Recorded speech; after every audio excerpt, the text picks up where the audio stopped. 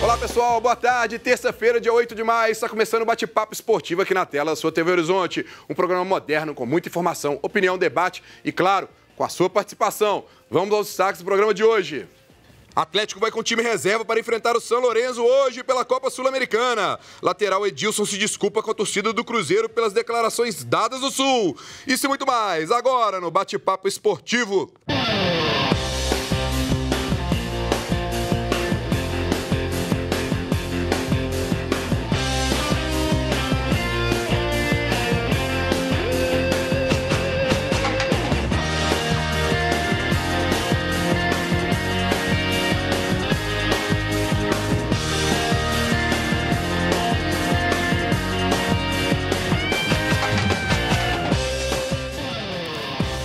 Seja bem-vindo ao nosso bate-papo esportivo. Você pode entrar nessa conversa com a gente. Boa tarde, Ana Cláudia. Explica aí pro pessoal de casa como é que eles podem participar. Boa tarde, Breno. Boa tarde a todos. Mande a sua pergunta no nosso WhatsApp, 984950038, 984950038, ou você pode mandar a sua mensagem também pelas nossas redes sociais. Estamos ao vivo pelo Facebook da TV Horizonte. Mande a sua pergunta para os nossos comentaristas.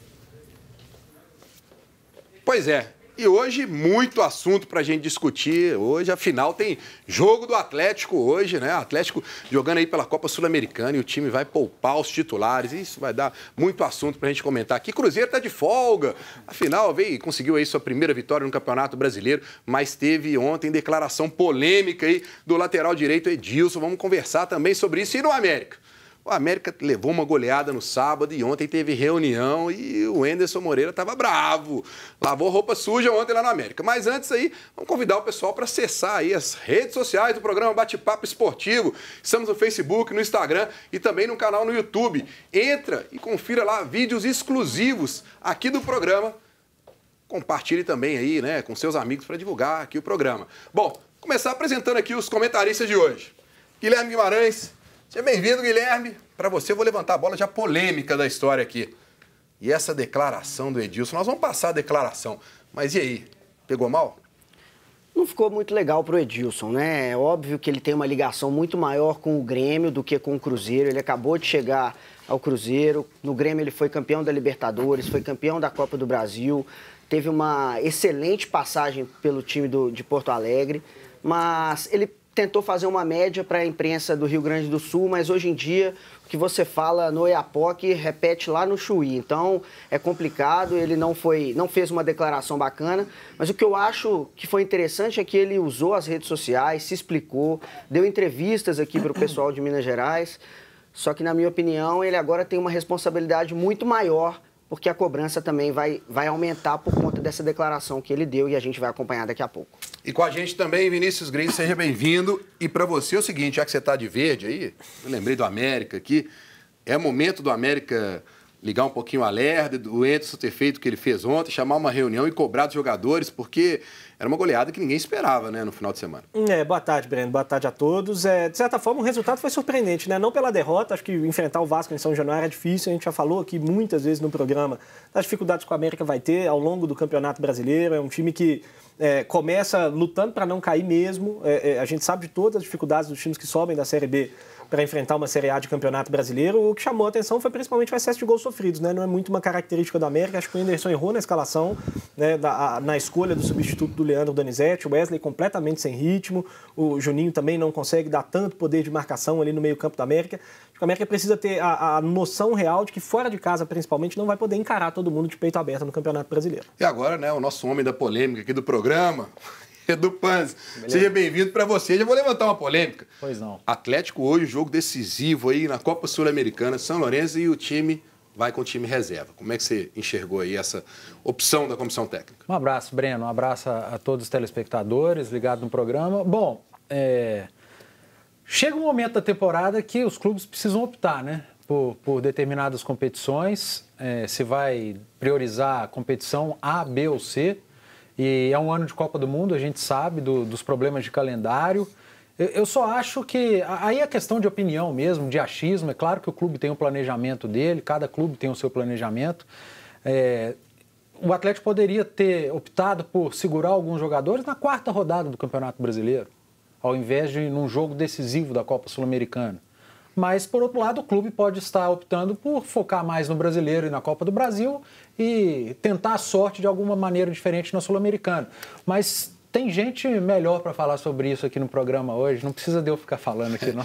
É isso que eu ia falar. Vamos tirar essa resposta de quem realmente está lá dentro. Alexandre Galo, seja bem-vindo aí, obrigado pela sua presença. Vamos começar devagar com você.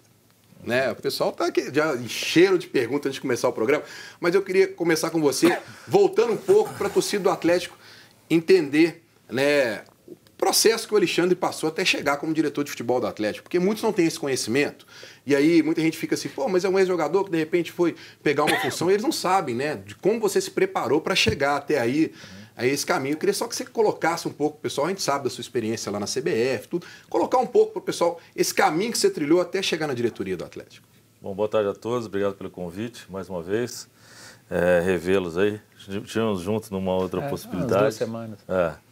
Bom, na verdade, eu vim me preparando, tive uma carreira como atleta, depois como treinador durante 13 anos, e o que me atentou a isso, que me trouxe uma vontade de migrar para a questão da gestão, foi justamente os 2 anos e meio que eu passei na seleção brasileira. Lá eu fazia toda a gestão de todas as categorias, a olímpica e todas as categorias de base. Criamos o ciclo olímpico todo de 3 anos e meio, muito bacana, foi muito bem feito, nunca tinha sido feito isso aí por nenhum país e culminou com a vitória. É claro que o mérito é de quem estava lá, e efetivamente eu saí 11 meses antes da Olimpíada, porém eu não tinha como mudar o planejamento seguiu, os atletas convocados, então foi muito bacana. Depois disso fiz alguns cursos sobre gestão e esperei o momento certo. Eu achei que esse convite do Atlético, veio um convite também do Santos, no mesmo momento do Atlético, foi interessante, e eu preferi o Atlético e conhecer as pessoas, conhecer o clube, um pouco da sua história. Também conheço muito o Santos, até porque joguei 5 anos no Santos, também fui treinador, auxiliar técnico lá também. Então, quer dizer, eu optei por um clube que eu acho que tem um potencial gigantesco no mercado brasileiro e estou muito feliz de estar aqui. Bom, e aí você chegou no Atlético, a primeira decisão de cara, junto com o novo presidente, era em relação ao treinador. Né? O time do Atlético fechou um ano com o Oswaldo de Oliveira, conseguiu fazer um bom trabalho no começo e ele não teve tanto tempo assim, porque no meio do Campeonato Mineiro o Oswaldo saiu. Esse planejamento ficou atrapalhado com essa saída do Oswaldo, ou você acha que isso não atrapalhou em nada o planejamento, até no aspecto de contratações? Porque a gente vê que o Oswaldo indicou muitos jogadores para o Atlético que hoje não são nem aproveitados. Como é que você vê isso? Olha, foi uma decepção para mim tirar o Oswaldo naquele momento. Não foi fácil, mas ela foi uma decisão exclusivamente técnica. Não teve absolutamente nada a ver com o problema que ele teve com o rapaz da imprensa. Isso eu falei para ele e para o representante dele quando foi conversar da sua demissão. É claro que quando nós viramos o ano, o Oswaldo tinha feito um trabalho que tirou o Atlético de um momento que ali paquerava com a questão do rebaixamento. Fez no segundo turno, talvez, acho que a melhor campanha, ou segunda melhor campanha, não me lembro os dados. Então seria injusto a gente tirar por tudo que ele tinha feito e um risco muito grande tirar naquele momento e trazer um outro profissional. Ele já conhecia o grupo, a mudança, eu entendo que quando você vira um ano, a coisa facilita bastante, minimiza custo para o clube. Então a gente pensou, eu já tinha trabalhado com ele, conheço bem o perfil dele, e acabou que nós pautamos em cima de um perfil de atleta de um time um pouco mais rápido e principalmente mais jovem, porque quando conversamos com ele, a questão da responsabilidade fiscal ela seria número 1 nesse ano. Esse ano é um ano que nós tínhamos que passar por ele com um pouco de dificuldade, mas nós iríamos ter muita habilidade para fazer as contratações, com pouco orçamento, e a responsabilidade fiscal estaria à frente de tudo. Quando começamos, montamos uma equipe, no meu entender, boa, absolutamente na média, os jogadores contratados das outras equipes do Brasil, das 12 grandes. Das 12 grandes, a equipe que mais joga jogadores contratados é o Vasco da Gama. Não sei se você tem esse dado, o Vasco da Gama mudou muito, mudou direção, mudou muitos atletas. Depois desse segundo lugar é o Santos, que são 3. Nós estamos absolutamente na média. Hoje, se você pensar em uma equipe que mais joga titular, nós estamos jogando com 2, é a média de todos os times, igual à média de todos os times no Brasil. E as equipes contrataram 6, 8, 7, como nós também fizemos, jogam só 2.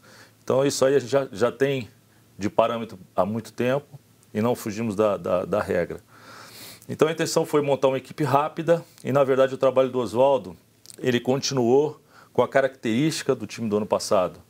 de uma posse de bola, de um time um pouco mais lento. Isso aí, a gente não via crescimento na equipe. Conversei com ele mais de 2 vezes sobre essa questão e o time, nós não sentíamos uma evolução técnica da equipe. Por isso, nós buscamos depois daquele jogo do Acre, nós não estávamos sendo protagonistas nos jogos nem 15 minutos. Porque a preparação, nós fizemos uma pré-temporada para ter um ano bom e estamos tendo a resposta agora, em termos físicos e de baixo nível de lesão.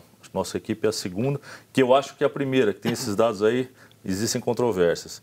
Porém, nós evoluímos para uma equipe e o desenvolvimento técnico não estava acontecendo. Porque você tem que ser 15 minutos protagonista no primeiro jogo, no segundo 30, no terceiro 40 e vai existindo uma evolução. E nenhum estava acontecendo isso, principalmente nos jogos do Campeonato Mineiro. Isso aí estava machucando bastante a gente, porque a gente acreditava bastante nesse grupo que a gente montou. Então essa foi a mudança de planejamento, que não é bom, mas os planejamentos acontecem e às vezes você tem que tomar um outro rumo. E seguimos com o Thiago, estamos bastante satisfeitos com o trabalho que ele vem fazendo. Ele entendeu tudo que a gente conversou sobre essa questão da equipe, sobre uma maneira de jogar com um pouco mais de velocidade, um pouco mais de juventude. E eu acho que o resultado está sendo bom. Mas como é que você vê aí? Por exemplo, o Oswaldo indicou alguns jogadores, né? O Atlético contratou por indicação do treinador. E aí a gente vê que esses jogadores, a gente está falando aqui de Arouca, de Samuel Xavier, não se firmaram. Hoje já se fala, você pode depois até falar para a gente sobre isso, que o Arouca tem uma proposta para poder sair, o Samuel Xavier também são jogadores que o Atlético está pensando em negociar.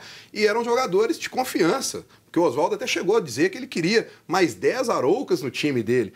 E o Arouca hoje nem está sendo relacionado. Como é que fica isso para um planejamento com outro treinador que tem que pegar aí uma herança de um treinador com jogadores que talvez ele não tenha escolhido? Mas, claro, quando eu imagino que a diretoria contrata um jogador pensando que ele vai ser útil para qualquer treinador. Sem dúvida. Essas coisas acontecem no futebol, é inevitável, né? O Samuel em algum momento foi titular, o Arouca também. Acho que de todos os contratados, o Maidana, que ainda não teve uma participação como titular, mas é um atleta que a gente acredita muito no futuro dele aqui no Atlético, a gente tem certeza que vai ser brilhante. Na verdade, quando acontece isso, uma mudança de planejamento, você tem que ajustar alguns pontos dentro da equipe. E quando o atleta está jogando, por exemplo, vou falar o caso do Arouca, que é um excepcional profissional, uma pessoa de um caráter ímpar. Ele também, você tem que levar em consideração o seguinte, ele veio e o Adilson não tinha um nível de performance como está tendo. Então, quando você traz um atleta e o atleta que estava aqui melhora a sua performance, já justifica a vinda. Porque o Adilson está jogando muito, a ponto de não dar nenhuma possibilidade do Arouca entrar hoje. Ele fez sombra para o Adilson. Muito forte, né? O Casares nunca teve uma regularidade de tantos jogos seguidos como está tendo com a gente. E ninguém fala isso. Quer dizer, ele tem atrás dele, tem o próprio Roger, o Eric, o Otero, que também faz a função, o Luan, que tem jogado muito bem no meio-campo também. Então, quer dizer, são essas questões que acontecem e às vezes passa um pouquinho despercebido da nossa torcida.